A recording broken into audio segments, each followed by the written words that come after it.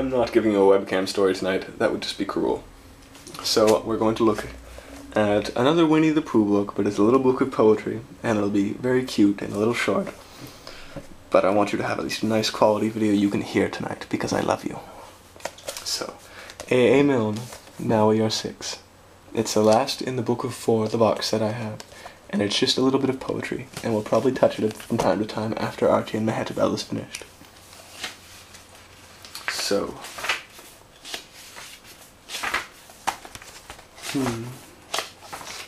I'm just going right to the poetry.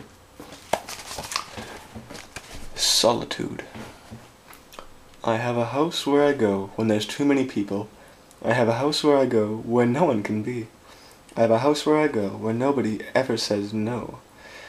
Where the only one says anything, where no one says anything, so there is no one but me. Oh, these are adorably short. King John's Christmas. King John was not a good man. He had his little ways, and sometimes no one spoke to him for days and days and days.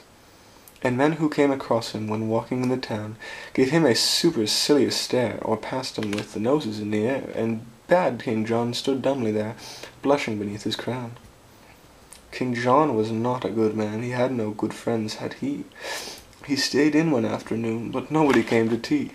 And round about December, the cards upon his shelf, which wished him lots of Christmas cheer, and fortune in the coming year, were never from any near and dear, but only from himself. King John was not a good man, yet he had his hopes and fears. They'd give him no present now for years and years and years. But every year at Christmas, while minstrels stood about, collecting tribute from the youth for all the songs they might have sung, from the young, for all the songs they might have sung, he stole away upstairs and hung a hopeful stocking out.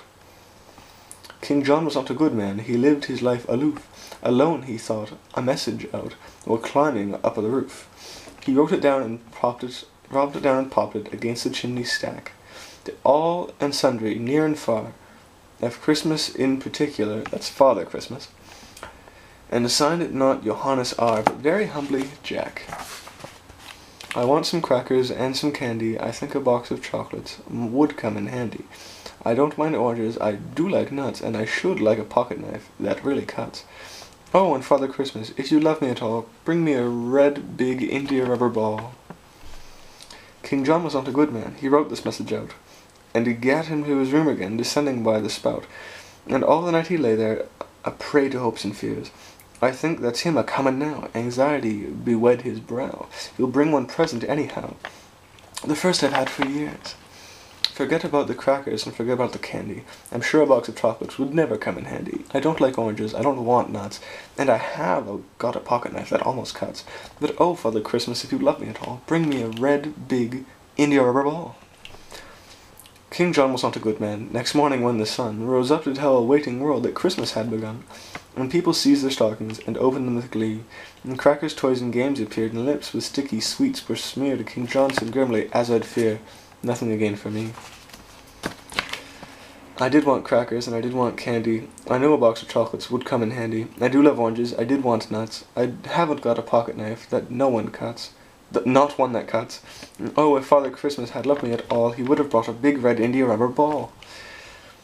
King John stood by the window, and frowned to see below the happy band of boys and girls all playing in the snow. And while he stood there watching, and envying them all, when through the window, red and big, there hurled by his royal head, and bounced and fell upon the bed, an India rubber ball. And oh, Father Christmas, my blessings on you fall, for bringing him a big red India rubber ball.